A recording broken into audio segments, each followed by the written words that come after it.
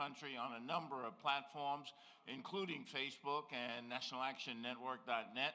We are live right here in the House of Justice, 106 West 145th Street. Call somebody. Tell them the action is on the air. The Reverend Dr. Al Sharpton is in the house and getting ready to come to you. We are so pleased that you are with us on this Saturday morning, because if it's Saturday and you hear the cry of no justice, no peace, you know this is where the action is. Our president and founder is the Reverend Dr. Al Sharpton. The chairman of our board is the Reverend Dr. W. Franklin Richardson, senior pastor at Grace Baptist Church in Mount Vernon, New York. I'm attorney Michael Hardy. We'll be with you throughout the broadcast this morning. We are so pleased to have with us this morning for our Inspirational Word segment. He is the New Jersey Northeast Regional Coordinator for National Action Network. He's a senior pastor at New Hope Baptist Church in Elizabeth, New Jersey. He is the Honorable Reverend Steffi Bartley. Also, if it's Saturday, you know Katrina Jefferson, the coordinator of all things here at National Action Network and the liaison to President Sharpton, will be here to ask you what's on your mind. That's right. She wants to know what you're thinking about, and there's so much happening all across the world, all across your neighborhoods, wherever you are, including what happened in Memphis, Tennessee, and you should have something on your mind that you're thinking about that you want to share with Katrina Jefferson. If you've not had an opportunity to do so, you can still share with her. You can call 877-626-4651, or you can email what's on your mind at nationalactionnetwork.net. And of course, if it's Saturday, our musical director, Minister Tyre Richardson, is in the house. So you want to call somebody, tell them the action is on the air. The Reverend Dr. Al Sharpton is in the house and getting ready to come to you. Brothers and sisters, we always remind you that the NAN Youth Huddle will meet on Monday, January 30th, right here at the House of Justice Auditorium, beginning at 6 p.m. We want you to spread the word and get into the action with our youngest and brightest dreamers of today and leaders of tomorrow. For more information on the Youth Huddle experience, you can call 877-626-4651, or you can email nanYouthHuddle@gmail.com. Also today, 5 p.m., tomorrow, 5 p.m., today, Saturday, tomorrow, Sunday, 5 p.m. Tune in to MSNBC's Politics Nation with Al Sharpton. That's today, Saturday at 5 p.m., tomorrow, Sunday at 5 p.m. Tune in to MSNBC's Politics Nation with Al Sharpton. And then very quickly, want to give a huge thank you to all of the attorneys and all of the staff here at National Action Network that works on legal night. We came back live for the first time since the pandemic had begun, almost 3 years, and we had a great legal night, incorporated all of the Zoom into it, so we had people from all over the country participating, including all of those who were back live in the House of Justice, and we give tremendous thanks to everyone who brought us the last Thursday of the month. It was legal night at National Action Network, and we thank everybody who helped bring us back in the right way, and we'll see everybody again on the last Thursday of February. But right now, Dr. Alvin Ponder has got some additional information for you. He's the Vice President of the New York City chapter. Thank you, Attorney Hardy. Good morning, brothers and sisters, listeners and viewers, and thank you for tuning in to another Saturday Action Rally with the National Action Network. Here's some information to keep you in the know. Reverend Sharpton to eulogize Tyree Nichols on Tuesday in Memphis. Reverend Al Sharpton will deliver the eulogy on Tuesday at the funeral of Tyree Nichols, the Memphis man who who was beaten and killed by 5 police officers following a traffic stop. Earlier this week, prosecutors announced that the police officers would be charged with murder. They were previously fired from their jobs. Reverend Sharpton said, "The charges against the police officers who brutally killed Tyre Nichols in Memphis are a necessary first step in delivering justice for Tyree and his family, although nothing will ever be enough to fill the void that his loss has left. There is no point to putting a body camera on a cop if you aren't going to hold them accountable when the footage shows them relentlessly beating a man to death. Firings are not enough. Indictments and arrests are not convictions. As we've done in the past with George Floyd, Ahmaud Arbery, and others, we will stand by this family until justice is done. A conviction sends a message to the nation that cops cannot hide behind their badge after committing a heinous action like this. The funeral will be held at Mississippi Boulevard Christian Church, located at 70 North Bellevue Boulevard in Memphis on Wednesday, February 1st at 10:30 a.m. In addition to Reverend Sharpton, civil rights attorney Ben Crump will also be in attendance to deliver a call to action. Attorney Ben Crump and the parents of Tyree Nichols will be on Politics Nation with Al Sharpton on this Sunday, tomorrow, January 29th at 5 p.m. Eastern Standard Time on MSNBC. Make sure you tune in. Reverend Sharpton speaks at African American Faith Leaders Summit. Reverend Sharpton joined scores of clergy leaders on Thursday for the African American Faith Leaders convened by U.S. Senator Kristen Gillibrand. During his remarks, Reverend Sharpton said, quote, "In such a milestone year for civil rights, it is tempting to celebrate the progress we have seen in the past 6 decades. But the truth of the matter is that we cannot afford to be so caught up with celebrations that we do not seize the opportunity to act upon the reality that the threats of our democracy and civil liberties are at historic levels, and Black Americans continue to bear the weight of. It is in this spirit that the African American Faith Leaders Summit has been convened. In 2023, it is quintessential that as Black faith leaders and justice advocates, we have the support of our elected officials to continue the work of dismantling structures that stand in the way of equity, safety, and well-being for all Americans. In addition to Reverend Sharpton, Reverend A.R. Bernard, pastor of Christian Cultural Center in Brooklyn, was a speaker among others, including Senator Raphael Warnock and Senator Chuck Schumer. Loudmouth, now streaming on Apple TV and Amazon.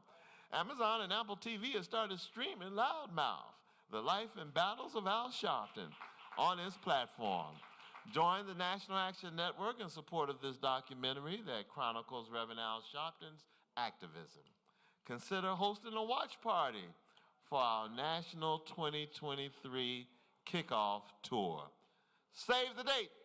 National Action Network's 2023 convention will be held at the Sheraton New York Times Square Hotel in New York City from April 12th through 15th. Again, that's 12th through 15th of April. Save the date and visit nationalactionnetwork.net daily for registration and schedule updates. Welcome to all of you who have tuned in and joined us also via live stream at www.nationalactionnetwork.net and also live on Facebook at the National Action Network. If this is your first time joining us and or if you're not a member of NAN, we welcome you to NAN and invite you to join us and get into the action today For more information and to join, you may visit again as www.nationalactionnetwork.net or just call 877-626-4651. That's 877-626-4651. Or just text the word NAN, N-A-N, to 59769. Welcome. All right. Thank you, Dr. Ponda, for those informations. Right now, brothers and sisters, Katrina Jefferson, she's the liaison to President Sharpton and the coordinator of all things here at National Action Network, wants to know what's on your mind. Katrina, good morning. Good morning, Attorney Hardy, and good morning to each and every one of you who are here live here at the House of Justice, to those that are watching by way of our live streaming platforms on our Facebook page and at www.nationalactionnetwork.net, and to those that are listening by way of WLIB 1190 AM, welcome to another weekend's conversation of What's on Your Mind, where you, the community, you, the membership base, have the opportunity to interact with us here at the National Action Network by sending us your thoughts, your viewpoints. Maybe it's a conversation you overheard while you were in transit this weekend. Well, guess what? This is the space for you. You can email us 24 hours a day at whatsonyourmind@nationalactionnetwork.net. Again, that email address is whatsonyourmind@nationalactionnetwork.net, or you may call us at 877-626-4651. Good morning. Give us your name. Let us know where you are from and share with us briefly what is on your mind. Good day, everybody, and God bless everybody. My name is Sister Reverend Word. I'm from heaven, born in Harlem. I'm 71 years old and new, and I'm a National Action Network lifetime member. Of course, what's on my mind is Bible scriptures. And according to Bible scripture, John 7:24, Christ Jesus gave us the authority to judge not by appearance, but judge righteous judgment. I'm going to keep this brief. We know what the top story is today, but I respectfully suggest that these elected officials use their righteous judgment and consider giving each and every police officer a questionnaire that simply asks them to answer yes or no. Do they want the George Floyd Justice and Policing Act? Yes or no? The police precincts need to know what's on the mind of each police officer pertaining to this potential federal law that obviously is necessary for all of our protection. So God bless y'all and good day. Thank you. Thank you. Good morning. Give us your name. Let us know where you're from and briefly share with us what's on your mind. Good morning, Nan family. I just thank God, like the sister said, if these people don't understand, y'all wear this uniform to what? Protect and serve the people that live in the city or around the world. Something's wrong with them. They mind. God bless. Thank you so much for sharing. Good morning. Give us your name. Let us know where you're from and briefly tell us what's on your mind. Hi, good morning. My name is Aura Mangual. I am a retiree of District 37. I first want to say my condolences to the family for this brutal assault on the young man. But what's on my mind today is that I want to thank the councilwoman for this district, Kristen Richardson, for not voting for the amendment of the Administrative Code 12126 that would have affected negatively on retirees from DC 37 and many other locals. And so that code has been on the books since 1967, 55 years, and it protects the public servant of the city, all public employees. And I do want to thank the Councilwoman Richardson for not voting to amend this code, which would have been detrimental to many citizens and their dependents. Thank you very much. And thank you so much for sharing. All right, just a quick announcement before I share two emails that came through. Today, immediately following the rally, the Political Action Committee will be meeting here in our House of Justice auditorium. So if you are looking for an opportunity to join like-minded individuals and get into the action from a political standpoint, you can join the Political Action Committee today, immediately following today's program at 11:30 a.m. And if you are unable to get here in the House and you are listening or watching, you may call us at 877-626-4651. Ask for Katrina, and we'll make sure to get you connected to that committee chair. Also, just a reminder, Saturday, February 4th will be our Black History Month celebration here at the House of Justice, and so you are all welcome to attend. If you are here in the house, we have flyers available on the counter. You can take one with you, share with your community, your neighbors and friends, and make sure the house is packed out as we celebrate Black History Month on Saturday, February 4th. Program will begin at 12:30 p.m. Now on to an email that came through from a John Beard out of Columbus, Ohio. Dear Reverend Sharpton, greetings. We met in 2014 when you honored me by naming me the Rejected Stone sweepstake winner. I subsequently came to New York to meet you, and then you came to my office in Columbus, Ohio, as we established the Greater Columbus chapter of the National Action Network, aka the Columbus Action Network, led by Reverend Joel L. King. Unfortunately, the chapter didn't survive, but the work has going on and moving forward. We continue to fight the good fight and push for positive change. In March, a report was issued showing that 51% of Columbus's Black renters were living in housing that was unaffordable to them, up from 42% 20 years before. And sadly, under a Black mayor, Columbus's longest-serving mayor, and an improbable majority Black council elected at large in a majority white electorate, which we have been fighting under Section 2 of the Voting Rights Act of 1965. Ohio's reactionary politic is just a part of a larger movement, Rev, where the radical right is aggressively seeking to consolidate and control all aspects of law and society before 2045, when, as you know, whites are projected to become a numerical minority. The white right sees 2045 as an existential threat to their dominance, and as the calendar moves forward, they are growing increasingly emboldened and violent to secure a country they see as their own. If they want to play replacement theory, game on. We can, must, and will accelerate their loss of political power if we are to build a future free of violent subjugation. To that end, I am proposing bold action in support of our Constitution to Chairman Harrison and the DNC, a mass movement led by young people. Now, I don't know Chair Harrison, and I hope this meets with your enthusiastic support and you can support it in conversation with him and encourage him to meet with me. If you are interested in this concept of aggressively moving into electoral districts, I would love to talk with you about how to quietly mobilize to get this done. Specifically, can you help me get a meeting with DN Chair Harrison? Thanking you for all you do and for your anticipated support in changing this country's politics by mobilizing young people around economic opportunity. Sincerely, Jonathan C. Beard. And he's out of Columbus, Ohio. And we're going to conclude this weekend's conversation with an email from our very own Rodney Jones of Queens, New York. And the subject is the history of the U.S. public debt. The history of the United States public debt started with federal government debt incurred during the American Revolutionary War by the first U.S. Treasurer, Michael Hillegas, after the country's formation in 1776. The United States has continuously had a fluctuating public debt since then, except for about a year during 1835-1836. The United States public debt as a percentage of GDP reached its highest level during Harry Truman's first presidential term, during and after World War II. Public debt as a percentage of GDP fell rapidly in the post-war World War II period and reached a low in 1973 under President Richard Nixon.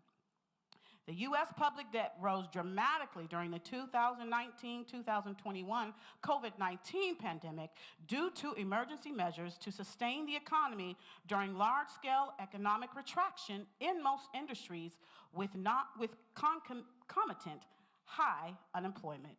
No justice, no peace. And that was submitted by our very own Rodney Jones. And that concludes this weekend's conversation of What's on Your Mind. Keep in mind, everything you heard here was simply the thoughts and the viewpoints of the contributors and do not reflect those of the National Action Network directly. And you can interact with us 24 hours a day, yes 24, by emailing us at what's on your mind at nationalactionnetwork.net. Again, that email address is what's on your mind at nationalactionnetwork.net, or you may call us at 877-626-4651. Back to you, Attorney Hardy. All right. Thank you, Katrina Jefferson.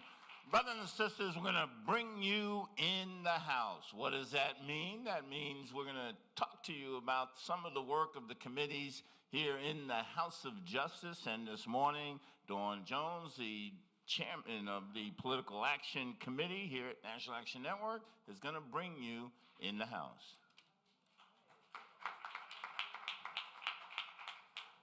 Greetings, House of Justice family and friends, and happy Saturday. I greet you all with the joy of Jesus. This is the day that the Lord has made. Let us rejoice and be glad in it. We welcome you all to the Saturday Action Rally experience. We thank our fearless leader, the Reverend Dr. Al Sharpton, for his consistent, dynamic leadership. On a sad note, we offer deepest condolences to the family of Tyree Nichols, killed by the Memphis, Tennessee police, and we continue to send sincere sympathy to the family of Bernard Placid Jr., murdered by the Inglewood police, who have been coming to the rallies. A huge thank you to NANPAC co-chair Jewel Gittens, who has been in attendance at each and every of the city council hearings. Please keep NANPAC members Leonard Bentley and Catherine Nixon in your thoughts and prayers, who are sick and shut in at Greater Harlem Nursing Home and Throgs Neck Rehabilitation Center. My name is Dornell Jones, and I am the National Board Member and Chairwoman of the National Action Network Political Action Committee. The National Action Network Political Action Committee will hold our next scheduled April is National Financial Literacy Month, 5th Saturday Voter Education Project Series will be held on Saturday, April 29th, 2023 at 12:30 p.m. Program begins. Every 5th Saturday we host for 5th Saturday Voter Education Forum Project Series. Last year we hosted forums on gerrymandering, financing, redistricting, regentrification, with the discussion and emphasis on can I vote in New York State with a criminal record.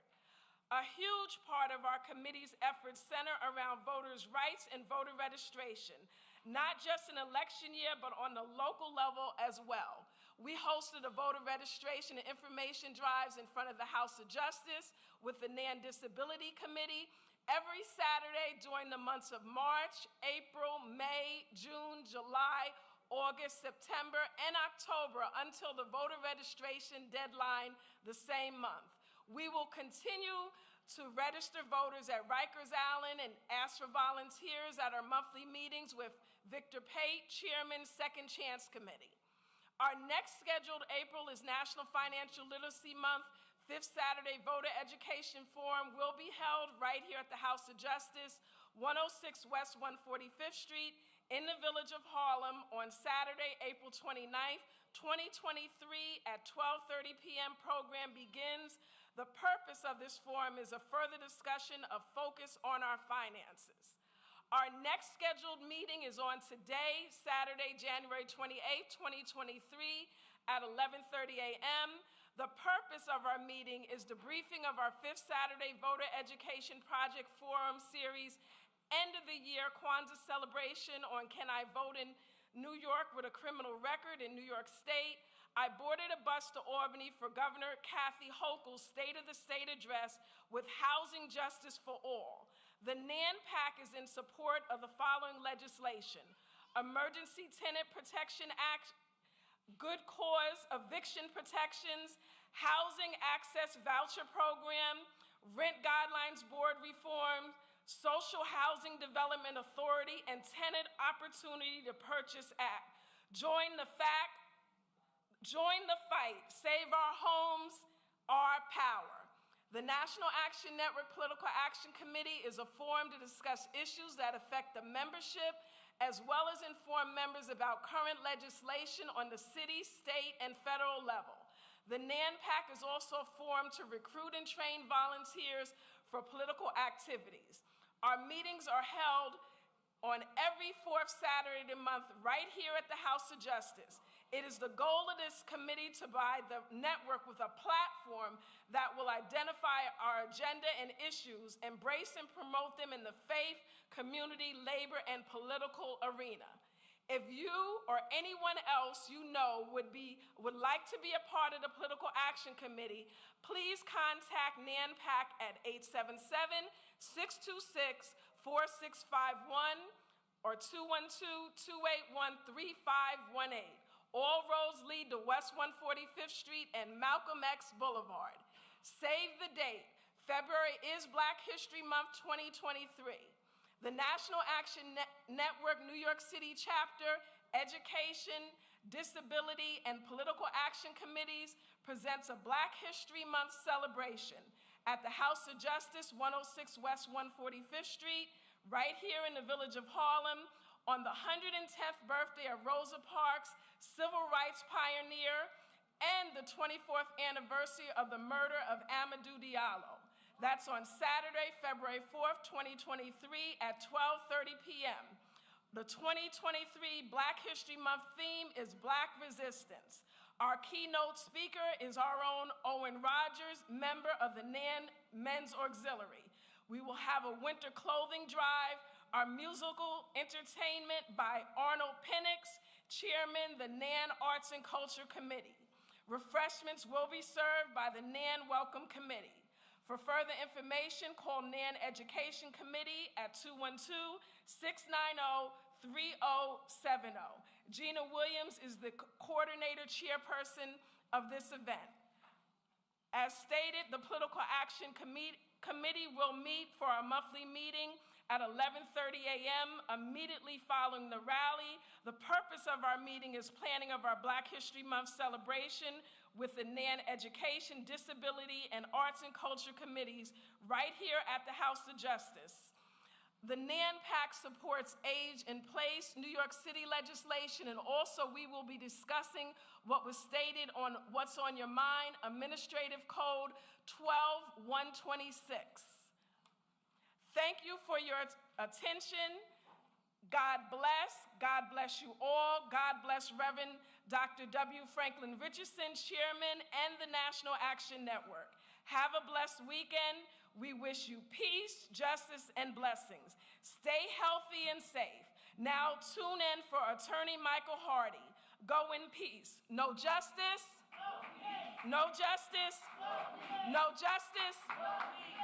All right, thank you, Dawn Jones. Right now, brothers and sisters, you know, our musical director is in the house, the Change Choir is in the house, and our soloist, Tisha Hunter, is coming to you right now.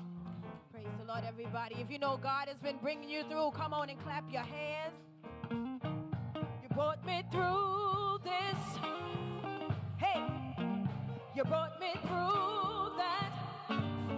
Oh, Lord, I'm grateful. Listen to you. Help me say, you brought me through this. Oh, you brought me through that. And Lord, I'm grateful to you. Listen, this is what he did for me.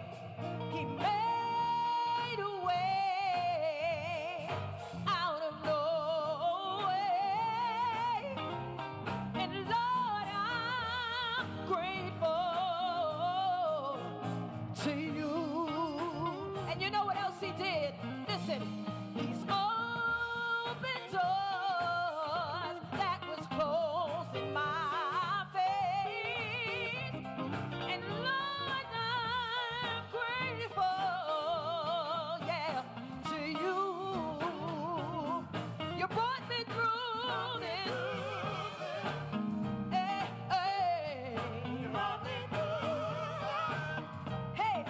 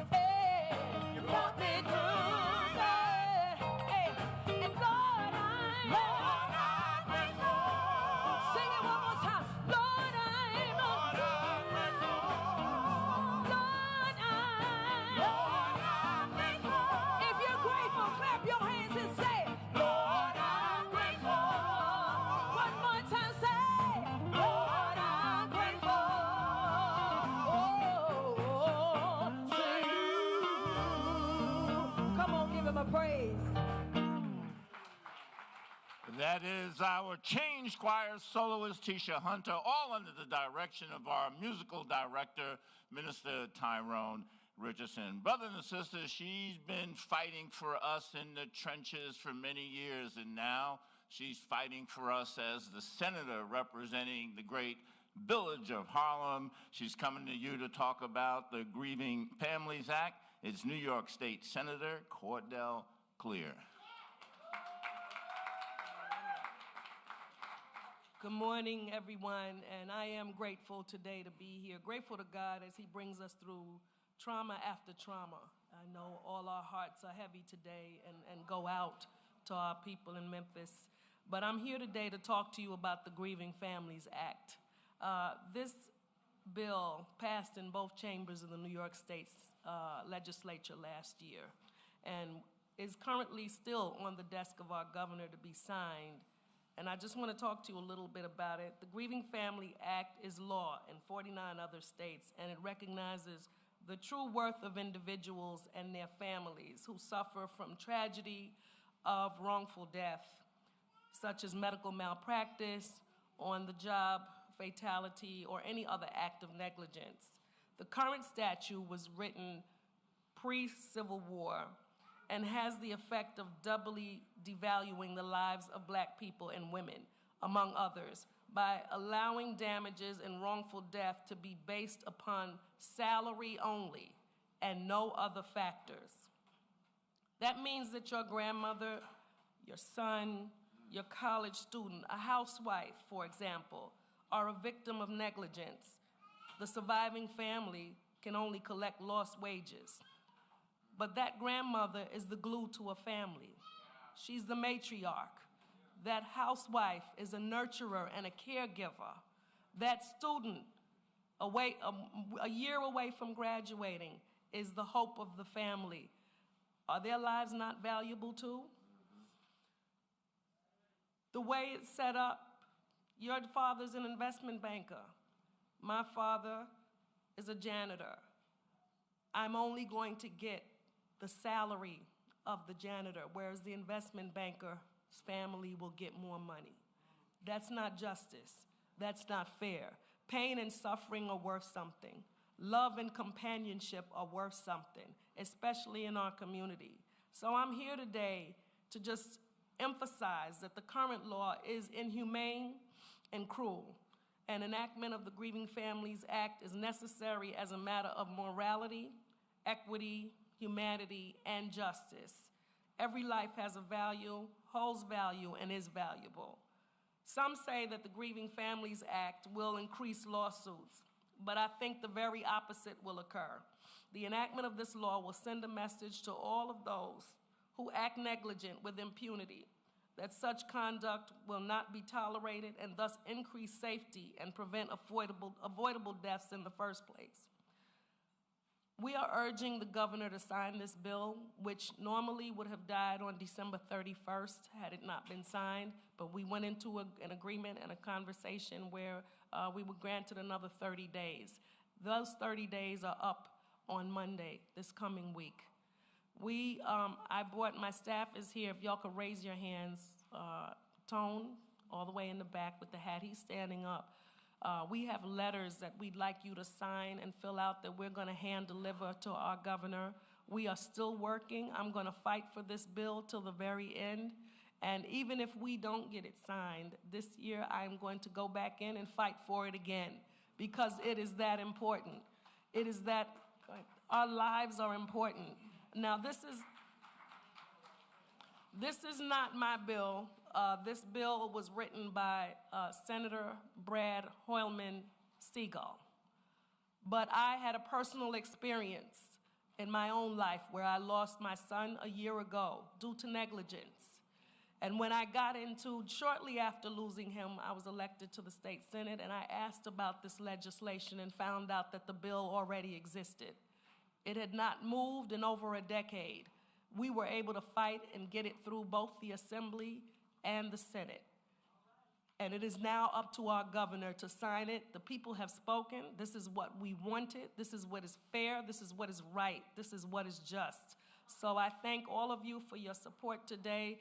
In advance, I ask that you go see Tone. Please fill out this. We have to fight for this. And oftentimes, when things like this affect us, we're not the powerful insurance companies. We're not the powerful lawyers. We don't have the big connections. But just think about how many families would be impacted by this if we were to get this passed. So we have to fight for them and for ourselves. Thank you. All right, thank you, Senator Clear. Right now, brothers and sisters, our musical director, Minister Tyrone Richardson.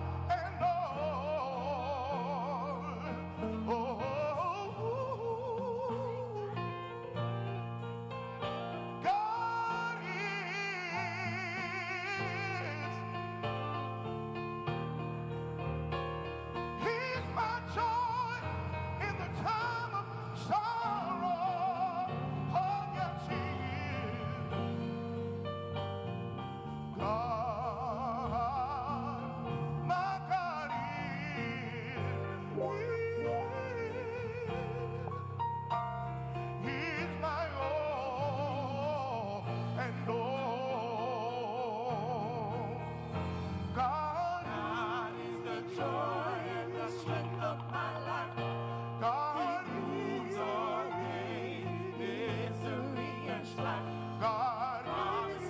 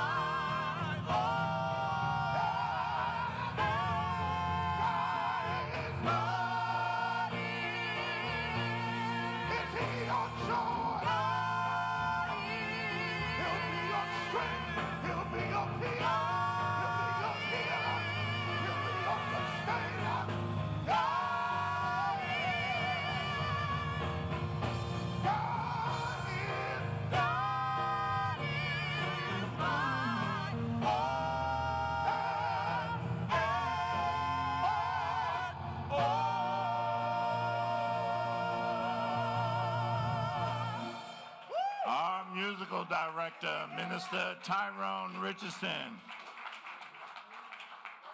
All right, brothers and sisters, it is our honor and privilege today to have as our inspirational word speaker, the Reverend Steffi Bartley, Senior Pastor of New Hope Baptist Church in Elizabeth, New Jersey, and of course our Northeast Regional Director of National Action Network and the Director of the NAN Tech Center. Right now, Reverend Steffi Bartley. No justice. No justice. Clap your hands all over the building. It is always an honor to be in such a place as this, to be in the presence of our founding president, Reverend Al Sharpton, our general counsel, Michael Hardy, and all of NAN's staff, the daughters, and all of you that are here, all of you that are listening. I just wanted to give you this short inspiration message as we are watching so many breaking news that are happening throughout our country. I want to declare this breaking news to you that is found in the 118th Psalm. And the reason why I want to share this with you, because there's something about declaring something. But when you declare something, I think you ought to declare it loud. As we've been watching all over the country, Reverend Sharpton in the loud mouth. The reason why I think it is so impactful is because he's speaking it out loud and speaking it with authority. I say that because Job writes in the 22nd chapter, verse 28, he says, when we declare something, it is established for us. And when we see how it shall come to fruition, we also declare a thing, and it will establish for you. So light will shine on your ways. I just wanted to take that thought. And as I was thinking on this, I began to think about our everyday life. So many times we go to bed, and when we wake up in the morning, we have no idea of what that day is going to bring. And so based on God's word, we should start our day declaring it for the Lord and rejoicing and knowing that he is in control. We put our day, our condition, our situation, our well-being, and we go to bed and we wake up and we ought to know that God is in control. I say that because this particular passage of scripture that I'm reading from Psalms 118, as Sister Dawn Jones read earlier, and that was, this is the day that the Lord has made. We will rejoice and be glad in it. That ought to be a declaration. I just want to give y'all some breaking news that this is the day, not the enemy's day, but this is the Lord's day. And I don't know about y'all, but I'm going to rejoice and I'm going to be glad in it. In fact, I always say this in New Jersey. I have 10 reasons to give God praise and glory. Reason number one, he woke me up this morning and started me on my day. Reason number 2, 3, 4, 5, 6, he woke me up this morning and started me on my day. Have I got anybody here today that just want to declare that he woke us up this morning and started us on our way? And that's why when I get up in the morning, I got to give him praise, I got to give him glory, because every time I think about the goodness of the Lord and what he's done for me, it puts clapping in my hands, it puts stomping in my feet. I wish I had a few here in Harlem this morning that just didn't mind standing on your feet. Help me give God praise and glory, because this is the day that the Lord has made. And I don't care what the enemy says, but I'm going to rejoice and be glad in it. Look at somebody and tell them you ought to be giving God praise and glory.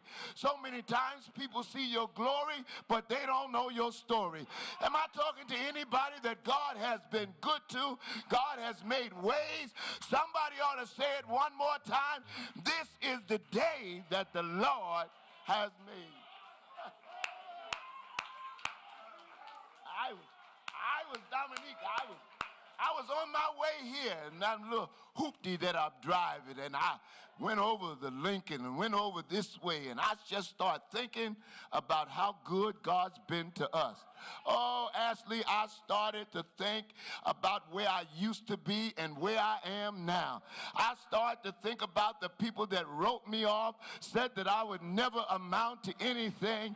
Every Sunday morning, I tell my church, look at somebody and tell them, how do you like me now? Because God has been good to me. Am I talking to anybody here this morning that God has been good to? And in closing, I was reading this particular passage of scripture, Michael Hardy, and it reminded me of Nehemiah and Ezra. It reminded me of them because I believe this here is associated with them. It is at that time when Nehemiah and Ezra was building the wall and the gates. And it was there that it was those that mocked them, ridiculed them, and then even threatened them.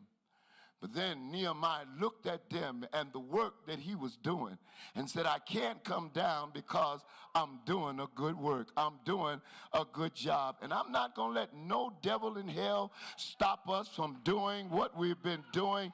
In fact, when I was a little boy, the old folks used to sing the song, I'm not going to let nobody turn me around. No liar, no thief, nobody will turn me around. Thank y'all so much. I just got some breaking news. One more time, this is the day that the Lord has made.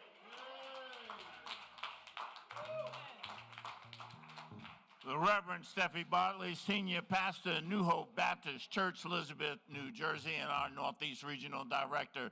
Right now, under the direction of Minister Tyrone Richardson, the Change Choir.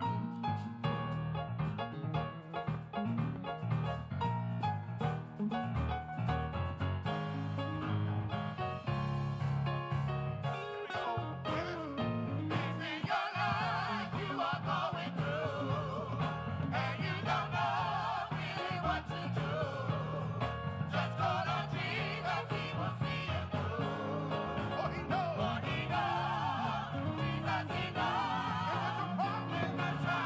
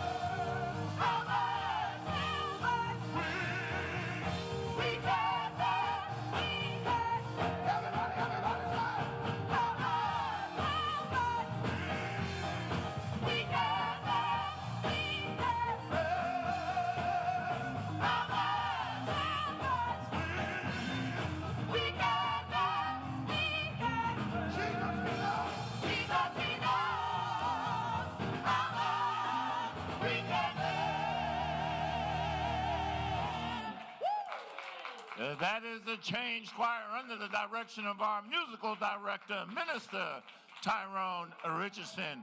Want you to get on your feet, brothers and sisters. Our president and founders coming to you right now, the Reverend Dr. Al Sharpton.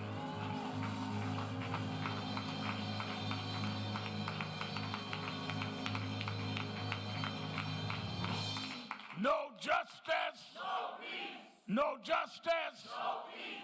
No justice. No peace. No justice. No peace. What do we want? Justice. What do we want? Justice. What do we want? Justice. When do we want it? Now. When do we want it? Now. When do we want it? Now. When do we want it? Now. Fist bump the person next to you. Tell them you love them.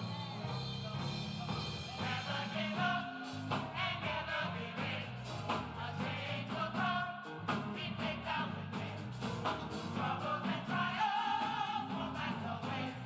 With God on our side, nothing but brighter days. I think the whole world needs some. A better day is coming and it won't be too long. Yeah, change will come. Change will come. Change will come.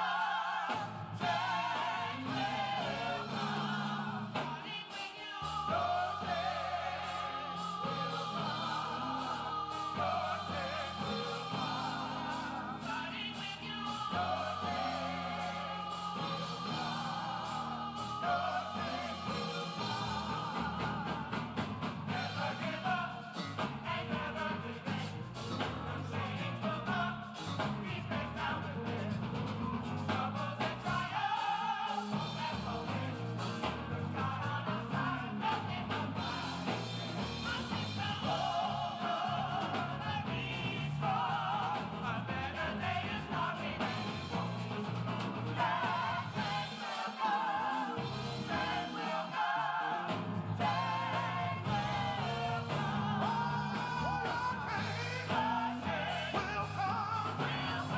Your change will come. Will come. Your change is gonna come. I know it will. Your change will come. Your change is gonna come.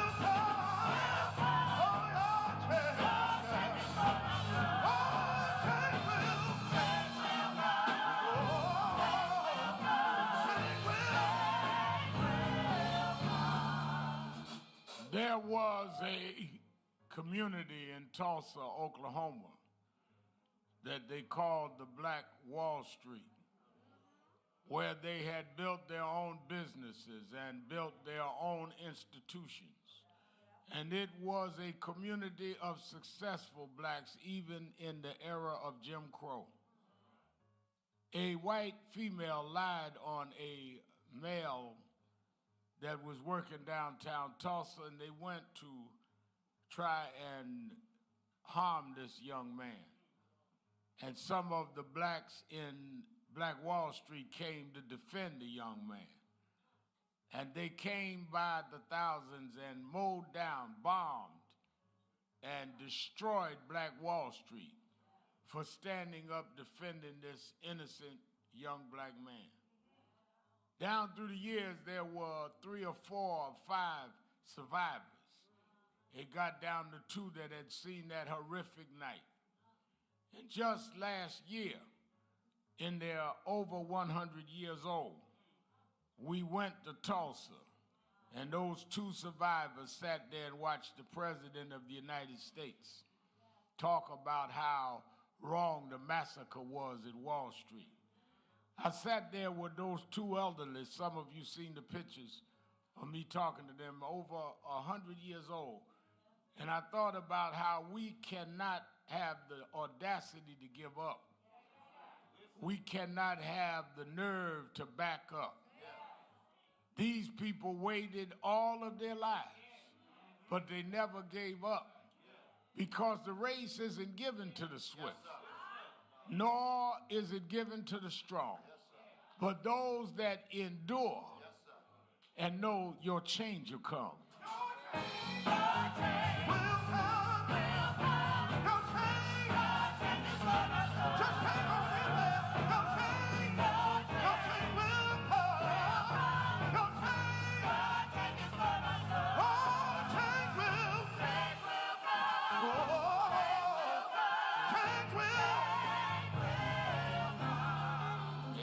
march, we go to Selma, Alabama, and we march with those that had marched in the 60s. We have a commemoration march over the Edmund Pettus Bridge. And I would go every year. Some years I would speak at the church that was the headquarters. I spoke last year at Brown Chapel. And that is where Dr. King and that generation would gather. One of the great honors in my life was to march across that Edmund Pettus Bridge, arm in arm with John Lewis, who was one of those that was beaten on that bridge in March of 1965. When they started across that bridge in 65, blacks had no protection for their right to vote. They had no way around the schemes to their right to vote. We hear about Don Jones and our political action committee. They had no political action committees then, but they kept marching, and they beat John Lewis on that bridge. They beat Hosea Williams on that bridge. They tear gassed them, but I was able to just a couple of decades later march with him across that bridge because he never stopped. He never stopped marching, and John Lewis went from a hospital person to a member of Congress and was able to see a black president and a black female vice president. If you don't stop marching, if you don't stop raising up the banner, your change will come. Your change will come. Your change. Do you believe it? Your change will come. Your change. Oh, change will. Change will come. Change will. Your change will come. Your change. Oh, yes, it will. Your change will come. Your change. Oh, your change will come. Your change. Oh, change will. Change will come. Change will come. Change will come. Starting with you. Your change will come. Your change will come. National Action Network Change Choir, give them a big hand. Give them a big hand.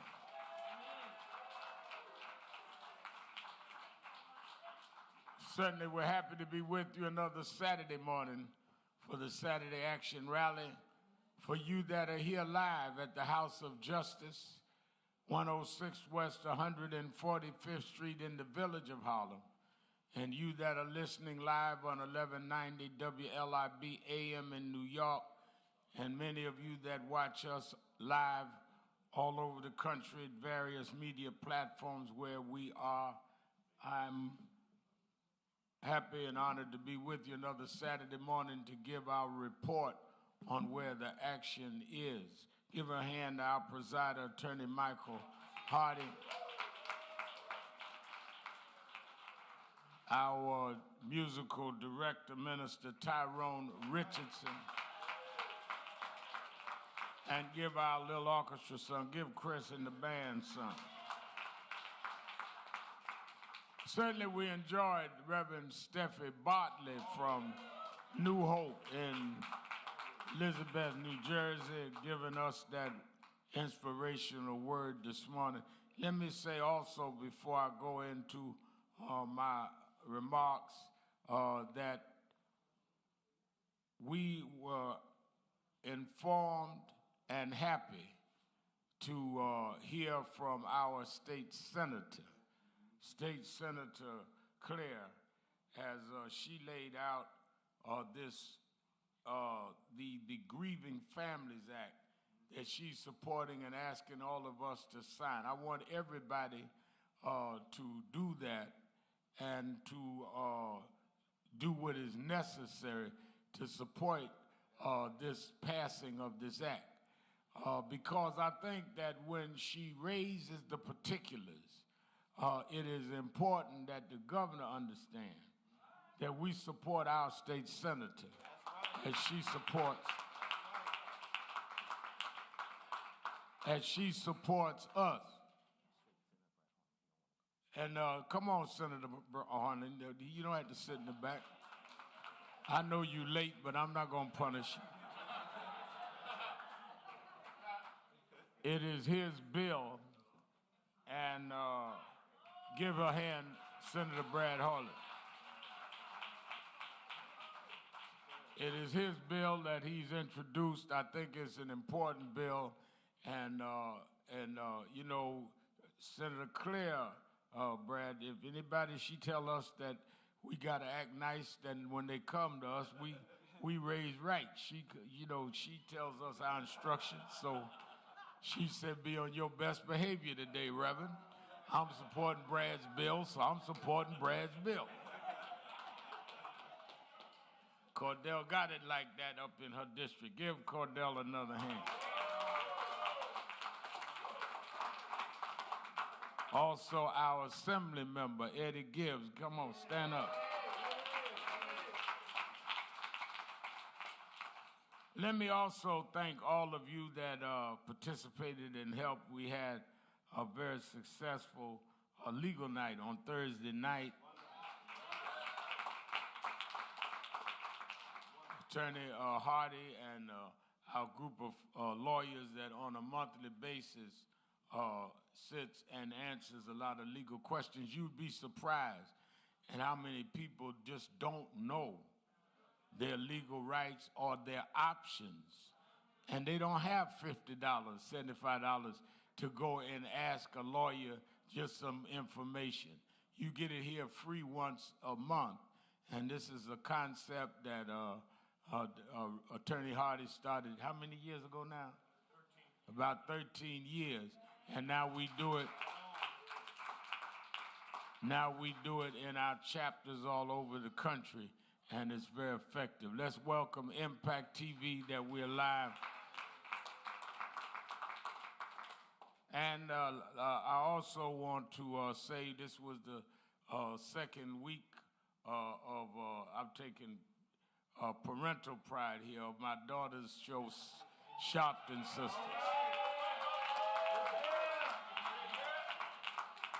And they had Whoopi Goldberg made an appearance. I ain't been able to get Whoopi Goldberg on my show. Me and Whoopi gonna have to have a Color Purple meeting about this.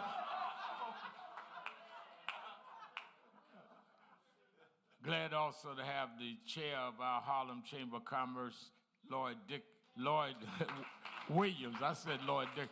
Stand up, Lloyd Williams. We in every generation, in every era of our sojourn in America, there are those issues that capture what it is that we are faced with and that must be resolved. For one era, we had to deal with the problem of slavery. Not just a problem, but it was the most vicious and dehumanizing form of slavery known to man. There had been other forms of slavery, but none where you were robbed of your family. You gotta remember when we were brought here as slaves, we were separated, children from their parents, wives from their husbands. And we were robbed of our own identity where we were named after our masters.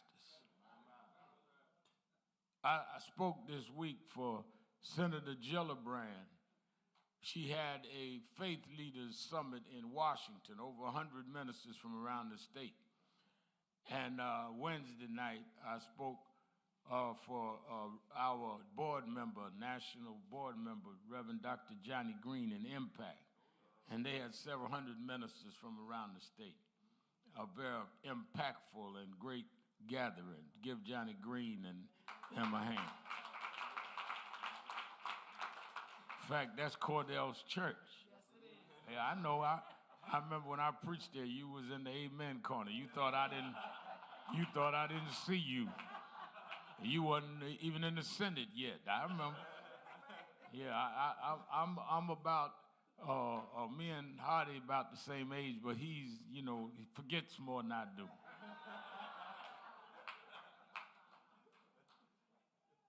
And I was telling them at the gathering that Senator Gillibrand had, the story that many of you know where they had done a whole background on my family tree and found that my great-grandfather was a slave in South Carolina owned by the family that produced Strom Thurmond and Alexander Sharpton, who married Strom Thurmond's great aunt, owned my great-grandfather.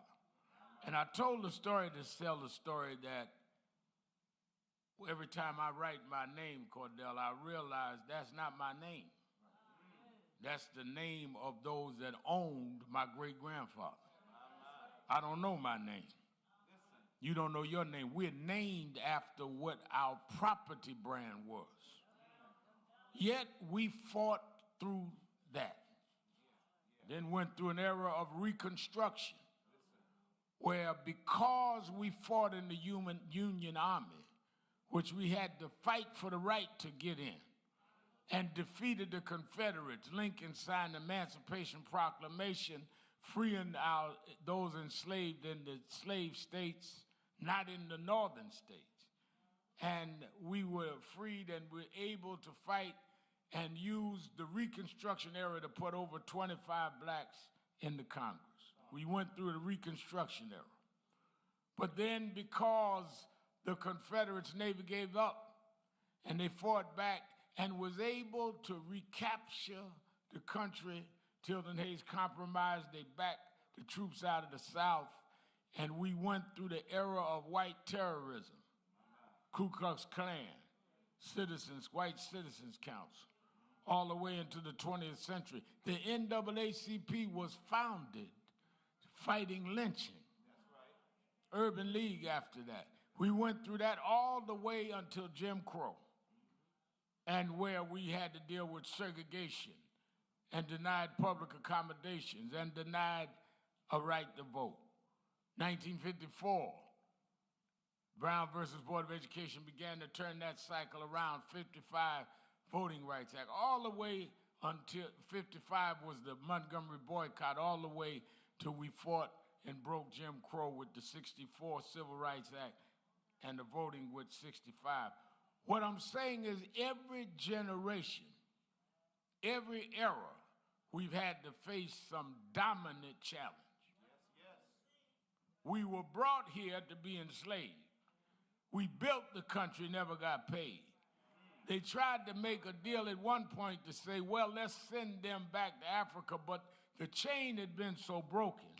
There was nowhere to send us because they couldn't handle us if we did go back. And we had built a country. Why would we walk away and give you something we built and you enjoy the fruits of our labor? But then we get into the 21st century. And part of what we face this century, that we have faced as long as we've been here, but now it has gotten to a critical point where we're going to have to deal with it just like in 200 years to deal with slavery. It is time for us to stop and come to terms with policing in America.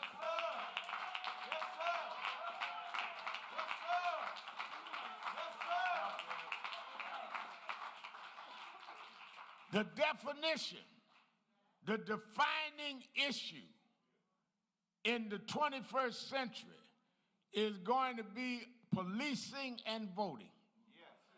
And no matter how much they try to run away from it, it keeps coming back because unless you change the laws, you're just going to keep going from one incident to the next.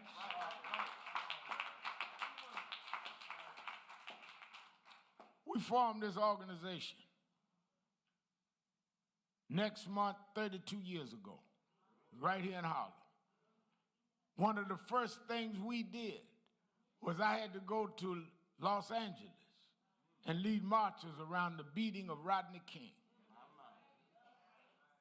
I remember a Good Friday that we took a cross, and I took that cross and hundreds of people and led the march on police headquarters in Los Angeles around the beating of Rodney King.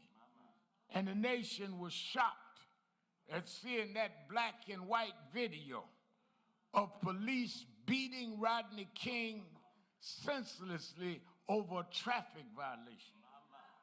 1991. I remember I stayed close to Rodney. I spoke at his funeral, came and did my radio show. And here I am now in 2023. And I'm looking at another video, this in color, where I'm seeing another black man being beat to death. Rodney didn't die. This is worse. It's beat to death with no mercy on no crime that they can even find that he had committed. And to make it even more egregious, beat by 5 black cops. Did you think, because you was black, we wouldn't say nothing? Did you think that you would hide behind your blackness? I want to say loud and clear that we will fight black cops, white cops, any color cops that commit crimes against us.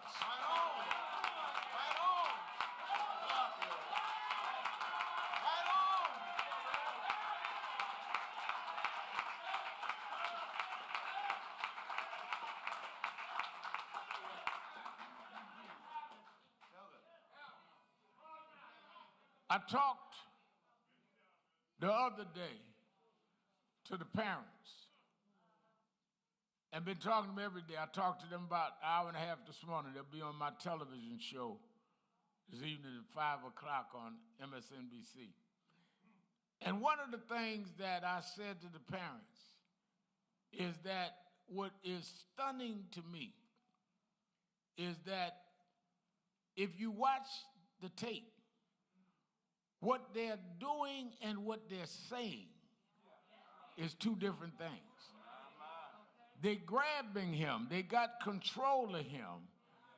But they keep saying, give us your hands. Give us your hands. Let's cuff you. They are holding his arms. He's about 140 pounds. There's 5 of them. They could handcuff him. But what they were trying to do is, since they knew they had on body cameras, they were trying to set up a cover-up while they were committing the act.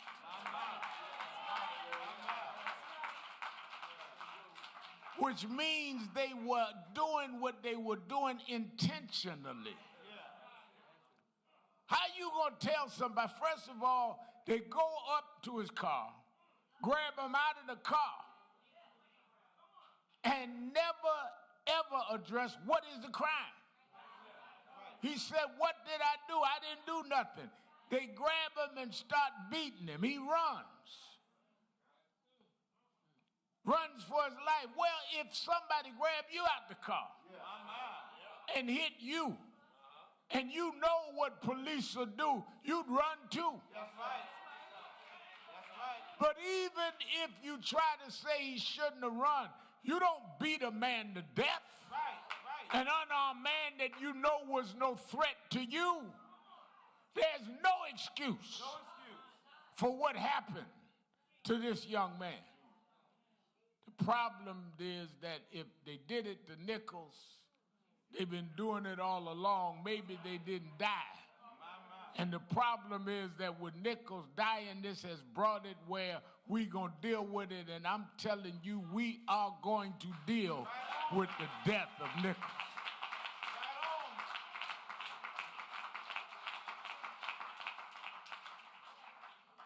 Now, they have what they call the scorpion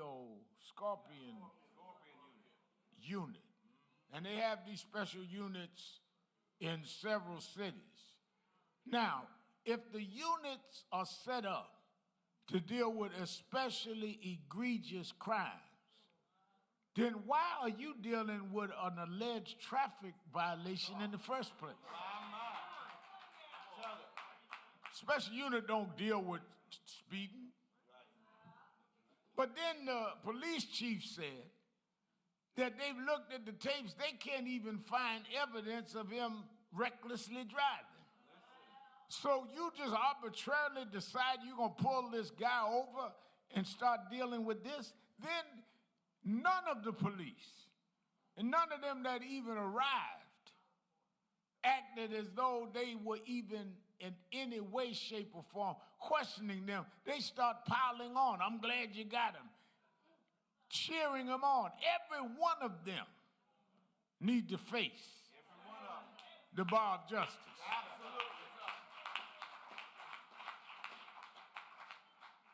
And I watched as this boy begged for his life. All I want to do is go home. I got a call last night from Philonis Floyd, George Floyd's brother. And he said, Rev, I can't hardly sleep. Because as I watched the tape of Nichols calling on his mother, it reminded me of when George was laying there on the ground with the knee on his neck, calling for his mother. Something about when you get to that state where you somewhere between life and death, the only thing you had, the only comfort, the only refuge, the only strength you had was to call on the black woman that helped and nursed you through. And despite the fact that this mother had to deal with the pain of her son beat to a pulp and dying 3 days later, she stood up there yesterday and said that I'm praying for these officers. She showed a mercy that was not extended to her.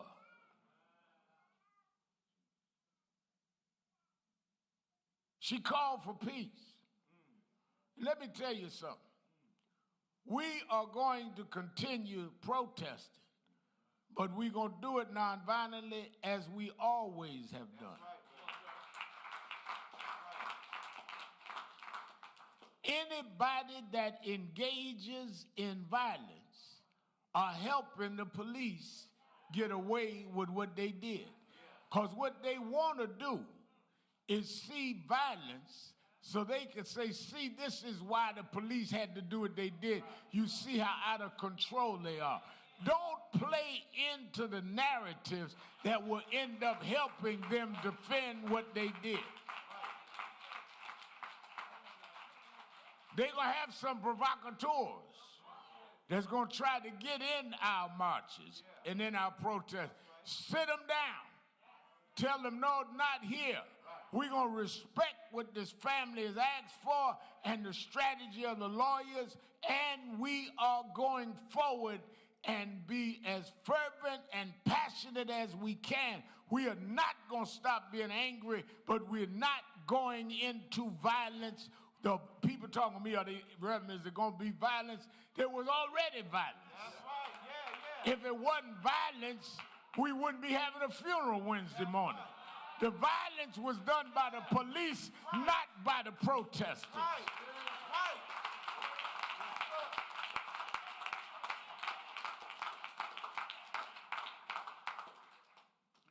So Wednesday morning,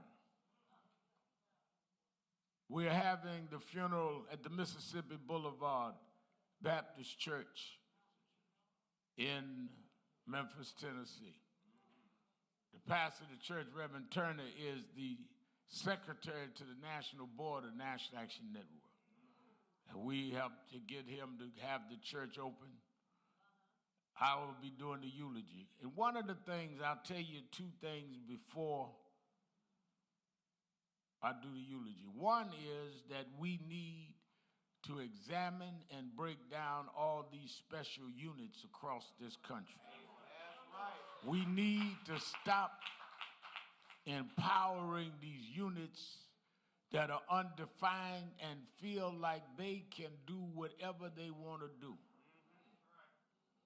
Secondly, we talked to Senator Cory Booker last night. We need to bring back and reintroduce the George Floyd Justice in Policing Act.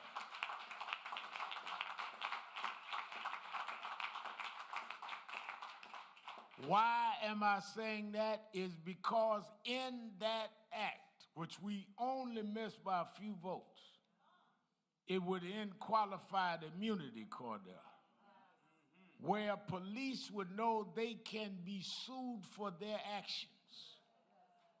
Why would that be effective, Reverend Al? Because if a policeman understood that he could be personally liable or she could be personally liable, they would behave differently. Their wife would tell them in the morning, now be careful, even if you get angry, because we can lose the house.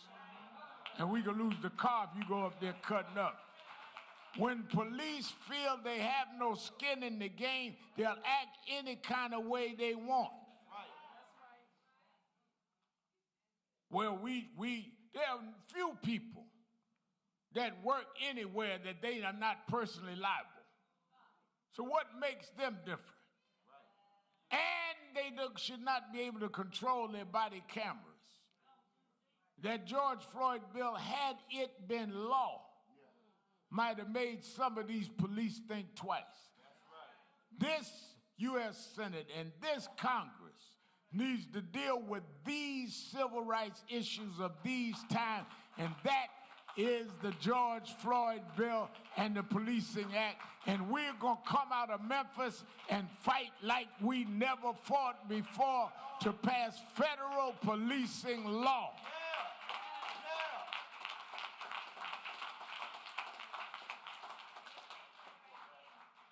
I know some thought we would not be organizing because they were black cops. But we told y'all all along that this movement is not anti-white, it's anti-wrong.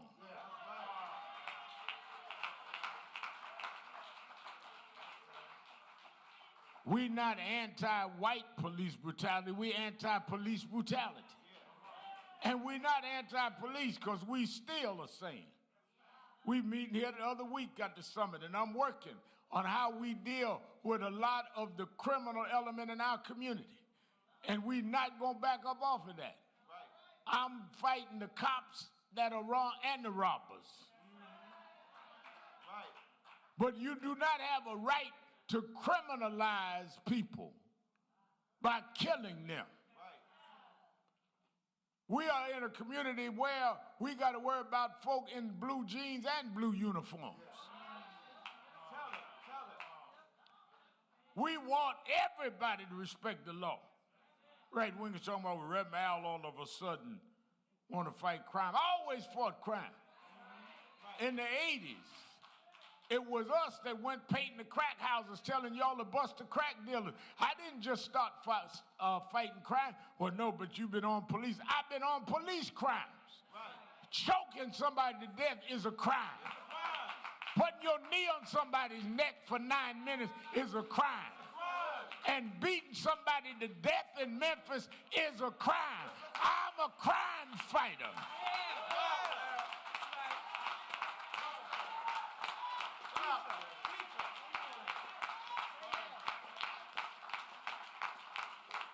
Killing Placide in Inglewood, New Jersey is a crime. Bernard should be alive today. Y'all are selective crime fighters. You only fight crimes that you want to fight.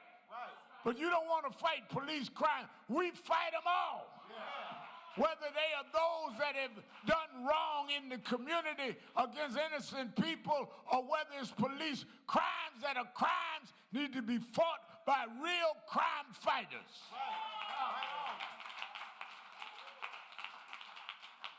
And your blackness ain't gonna stop us from fighting you.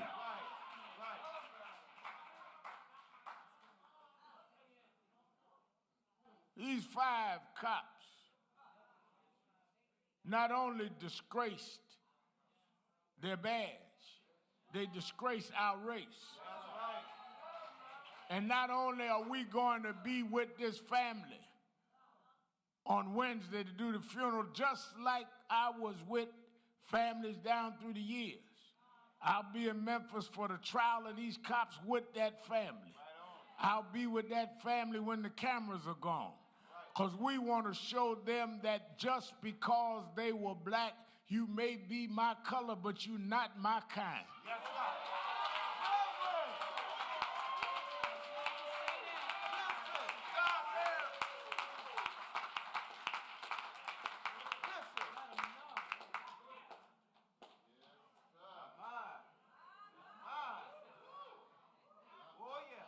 President Biden talked to the family yesterday.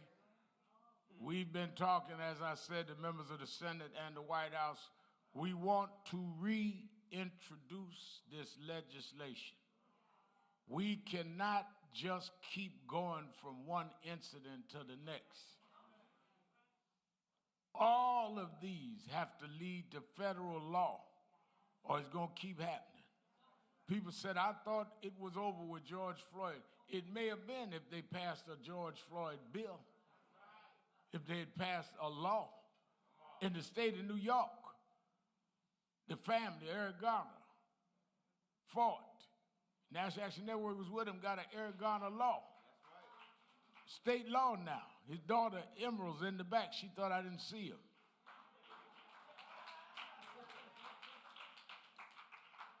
It became law. You ain't seen nobody choking nobody in New York lately. That's right. Because there's an Eric Garner law. You need a law that makes these policemen understand they are not above the law. They enforce the law. What gives somebody the mentality that they can just violate somebody like that? I mean, when you watch that tape, the audacity to think that you could just punch somebody around and holding them up and one just throwing, said I threw some haymakers at him. I mean, verbally said this. I'm trying to knock him out. For what? Even if you felt he was doing the traffic, you gonna knock somebody out? But it shows a mentality that we've not put in check. Police are to serve and protect. They are not supremacist over us to do whatever they want to do at the scene of wherever they want to do it. Reason I take this so personally is we fought to get police, to get blacks in the police department. We marched to get blacks and browns in the police department. And you got the nerve to get in a department and put on a badge and a gun and treat us as bad as others did. We thought if we got you in, that you would stand up to treat us like you treat others. But you are now imitating the worst in policing, so you're going to pay the same price that others pay.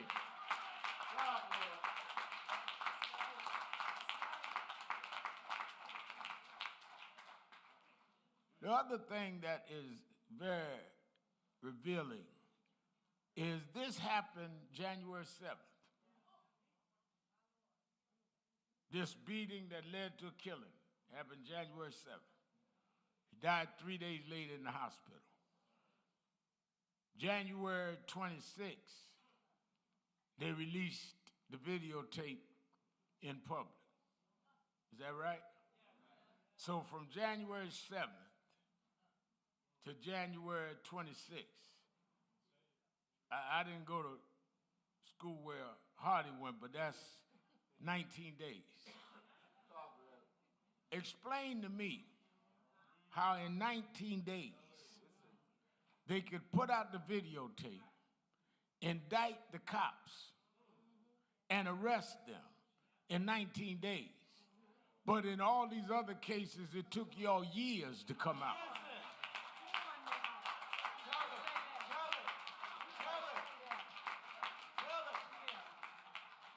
So there's a new precedent set now. Because this black woman police chief done messed y'all up now. Because she said, I'm not waiting on nothing. Arrest them, fire them. You now got a new clock on police accountability. We don't want to hear no year investigation.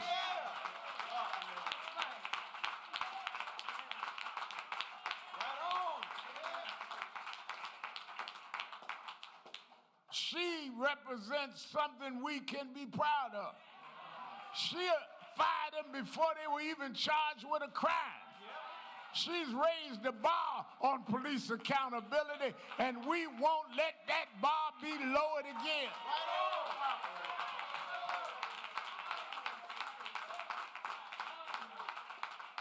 19 days. The whole world watching the tape. 19 days. They've been arrested, fired. Got to go get your lawyer. Which means it never took you all that time. How many times, Emerald, we had to sit up, we're investigating this, we're looking at that. Summer turned to fall. Fall turned to winter, we still looking. No, you've been procrastinating. You've been jiving, you've been trying to work your way out. But now we know it don't take all that time. And we're going to keep that clock from now on. And for every black cop that wants to act like those five, there's a black woman chief telling you we ain't gonna have it.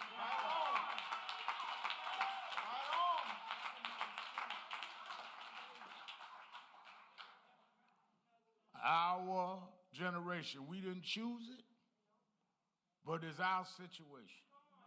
Policing and voting has been the assignments that we have. And we keep trying to run away from it. But we're going to have to deal with this. And the only way to deal with it is we got to have federal law and enforce it. They're getting ready to have, in a few months, everybody going to start talking about 24 and the Senate races and the Congress up. We're going to set the stage now. That 24, you have to deal with our voting rights and our police rights, or we're going to be organizing all over this country to put people in the Senate and the Congress that will vote us our federal rights. Ain't nothing more important than that. Let me tell you something, when they pulled Nichols over, they didn't know who he was. That could have been your child. That could have been you. This is a 39-year-old man with a 4-year-old son. Worked with his stepdaddy, would come home every day for lunch. Mother would fix them lunch. This wasn't no thug. This wasn't no hoodlum. And even if he was, you don't have a right to beat him to death.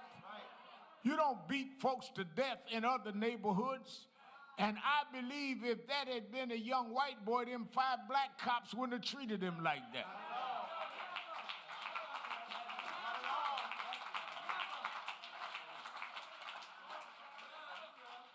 One person said to me, well, at least it ain't about race. I said, the race part of it is those black guys thought they could get away with doing it to a black guy.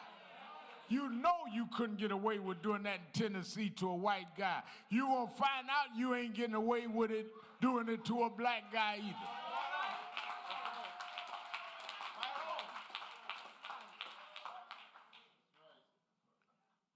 It is everywhere in the Bible. God calls people to operate in their time. Bible's one continual story. God didn't call David to bring the children of Israel across the Red Sea. They'd already crossed. God didn't tell Joshua to go build an ark. Noah had already done that. They'd already been through the flood. You keep acting on things, Reverend, that has already been done. You're an expert on what God did with Moses. Like God don't expect nothing out of you. Think about that now. If God wanted you to be just the expert on Moses, he'd have had you born in Moses' time. God wants you to apply the principles of righteousness in your time. You are not in the time of Shadrach, Meshach, and Abednego. You ought to learn the lessons from that, but you cannot activate those times. You're not in the time of St. Paul. You can't go get Paul and Silas out of jail. They've been out of jail. You can't go get John on the island of Patmos. But you can get George Floyd in Minneapolis. You can get Tyre Nichols in Memphis. Stand up for the challenges of your time, or sit down and admit that you're too scared to stand up and be what God wants you to be.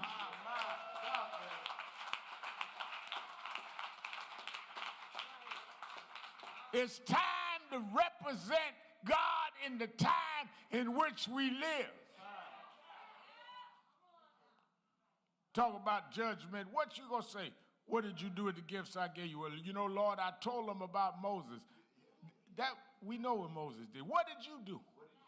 What did you do? When they were beating folk to death, my children.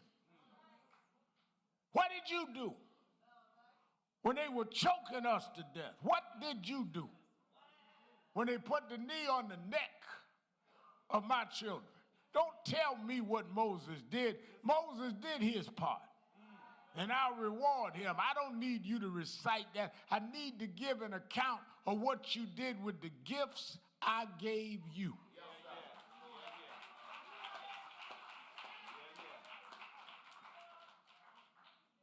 That's why I love that scripture, Esther, where Esther was in the king's house.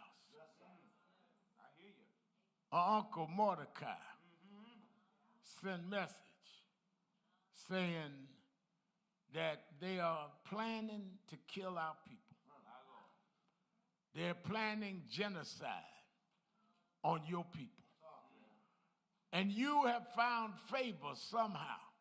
Sometimes God will put you places that you didn't even plan or strategize. You find favor. You found favor in the king's house. And I want you to know that they're plotting right now the genocide of your people. And I want you to go to the king and tell him what they're planning. Tell him so you can save your people. Esther sent word back, I don't know if we can do that because you can't break rank. You can't break protocol. You can't. I'm here because I'm a lovely looking maiden. And I can't go to the king. You can be killed for doing that. Like some of y'all get in these positions, in these corporate positions, in these political positions, and you forget why you there. And you all of a sudden follow a protocol. But protocol didn't get you hired. Protest got you hired.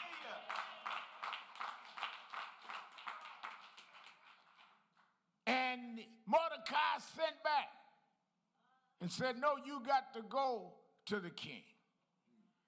And he said something that ought to resonate in all of our minds, said, maybe you've come for such a time as this. Maybe the reason you're in the king's house was such a time as this. And I'm talking to the preachers and the leaders all over that's watching us on Impact. Maybe God gave you the gift for such a time as this. Maybe you got a following. Maybe you got a congregation for such a time as this. This is not about entertaining your folk. This is about emancipating and liberating your folk.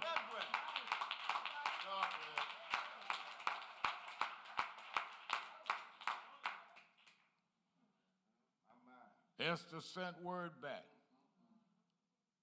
that I'm going to fast and pray about this.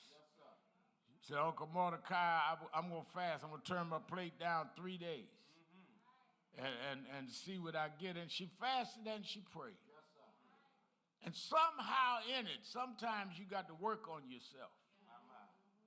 You know, sometimes, Cordell, things can be hard to just swallow. Sometimes you got to work on your inner strength, because inside is what makes you externally strong.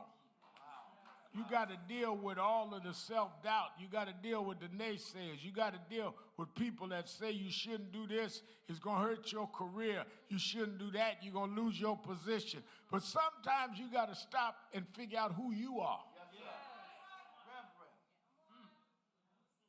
No matter what position you are, you got to remember who you are. I don't care what I get, TV show, radio show, all of this stuff, president coming out stuff. That ain't who I am. That's where I've gone, but that ain't who I am. I'm still that boy.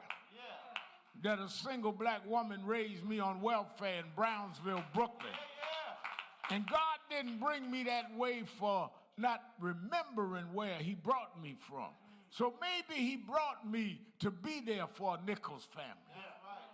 Maybe he brought me to be there for a Gardner family. Maybe I've come like Esther for a time like this. So Esther sent word back after 3 days and said, I'm decided what I'm going to do. I'm going to see the king. I'm going to break protocol. I'm going around what is acceptable. I'm going to stand up for my people to see the king. And if I perish, let me perish. But I'm going to see the king. Somebody said it's dangerous fighting police all over the country. Al, you better sit down and be quiet sometime. You done got away with getting stabbed. Sometimes you need to just leave alone and let alone. But I got Esther feeling this morning. I'm on my way to Memphis Wednesday. And if we perish, let us perish. But I'm going to fight for federal laws. I'm going to fight for the Placid family. I got to speak up and cry loud and spare not and lift up my voice like a trumpet in Zion.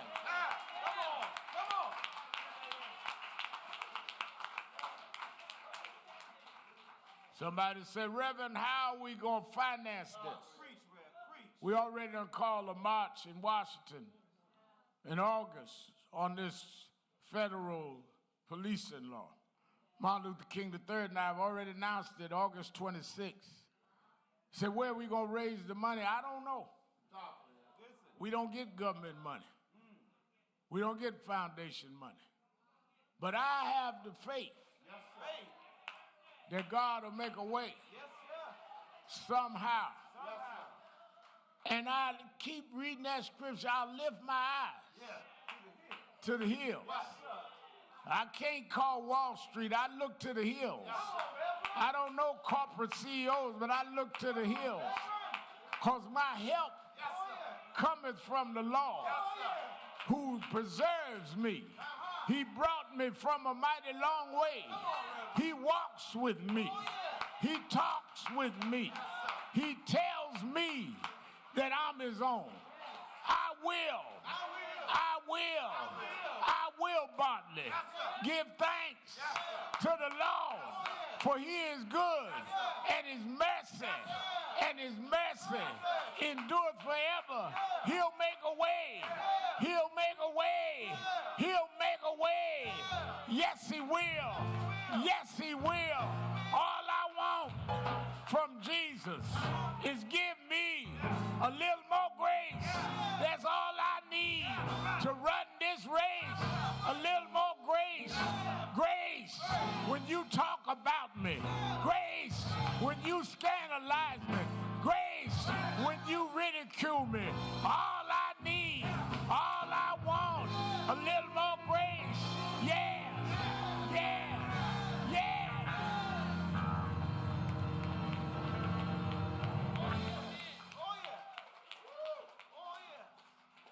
There was a storm one day. As a slave trader was bringing his cargo to the States. The storm wrecked the ship. And those chained slaves that had been humming a melody all the way across the Atlantic was bolted to each other. And they kept humming this melody. The slave trader went down and seen they were still there. Loosened them and saw they didn't try to kill him and throw him overboard in this torrential storm.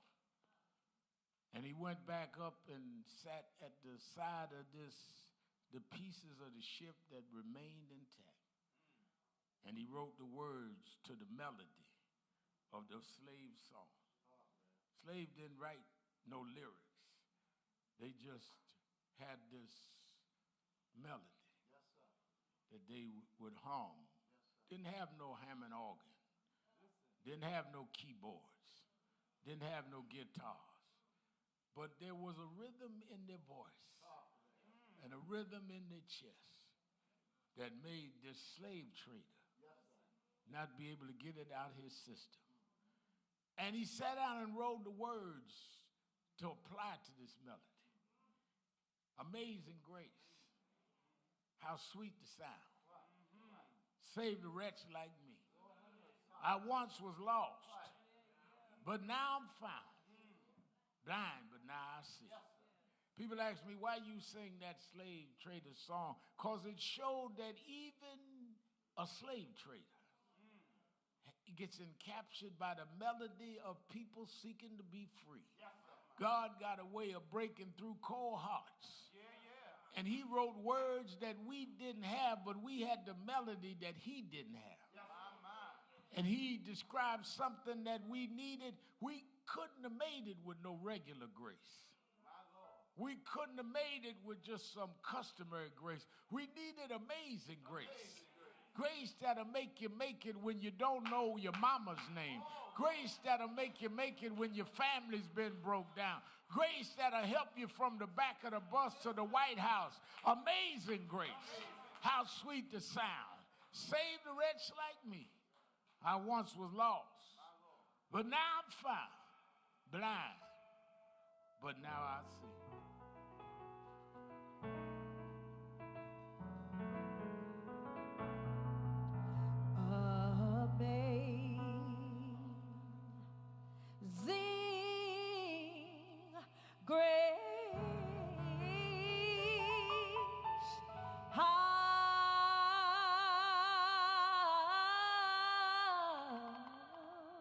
How sweet the sound that saved a wretch like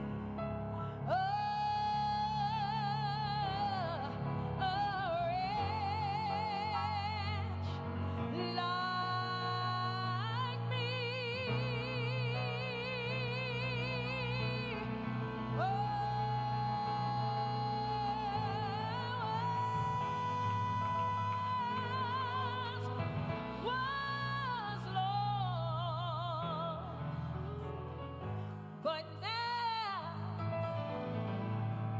But now I'm found. 'Twas blind, but now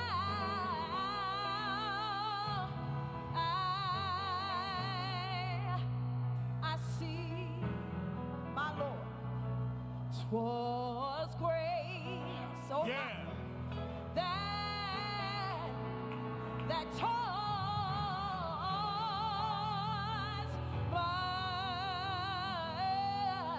my heart. to feel, my God, and grace my fears relieve.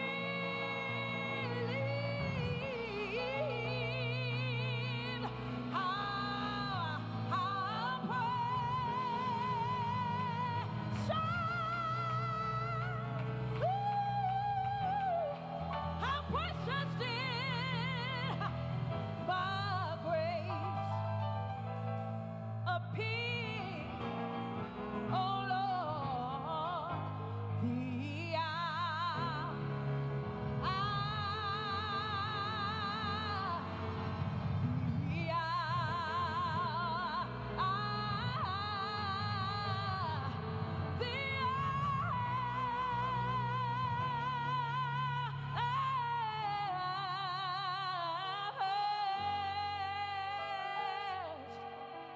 I first believed.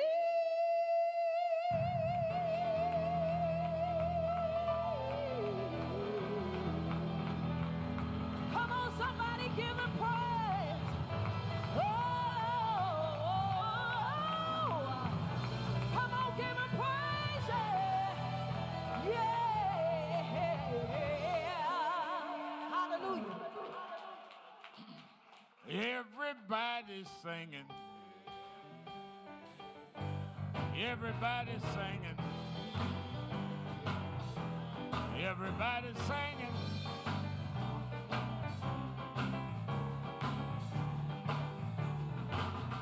Everybody's singing. Sing it like you mean it.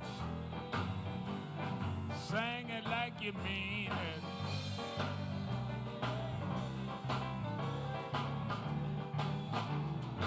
We want justice. We want justice. Everybody's singing.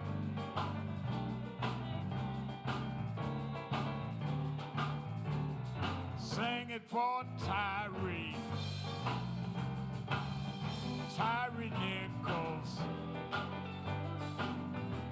Everybody's singing.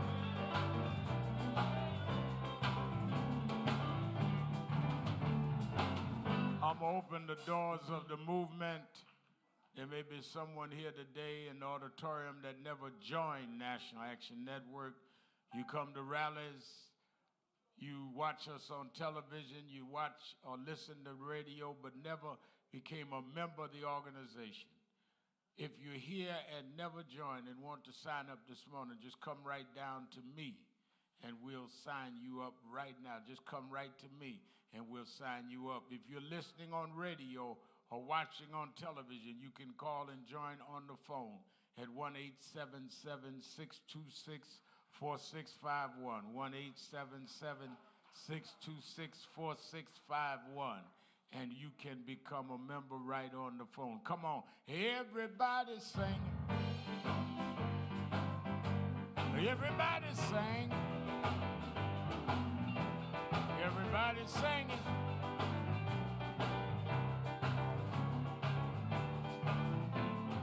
Sing it like you mean it. Sing it like you mean it. Everybody's singing.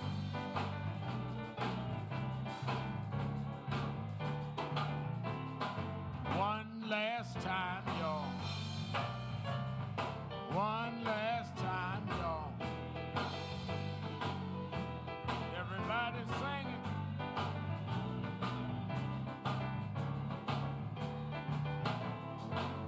All right. Thank you. We're getting ready.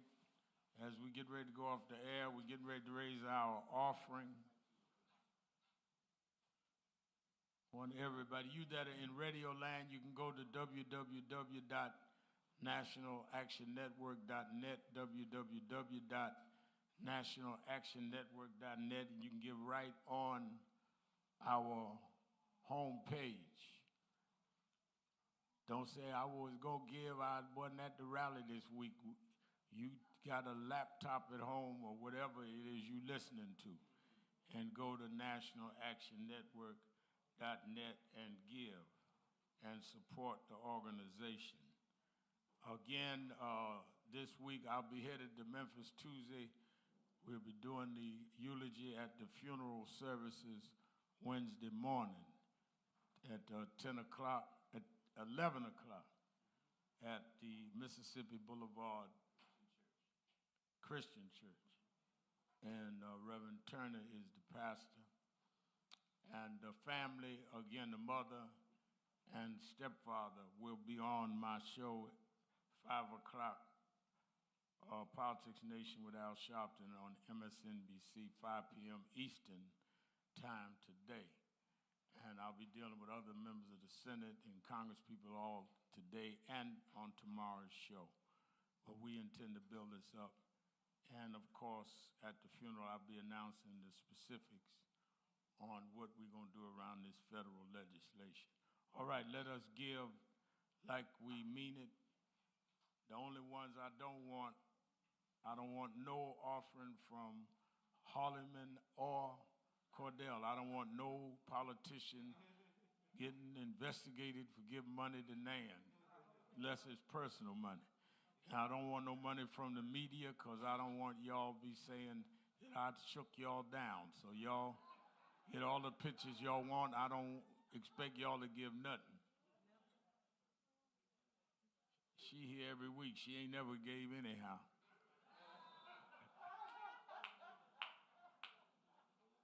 All right, I'm teasing. I like to play with the media. All right, let us give. I need everybody to give to the best of their ability.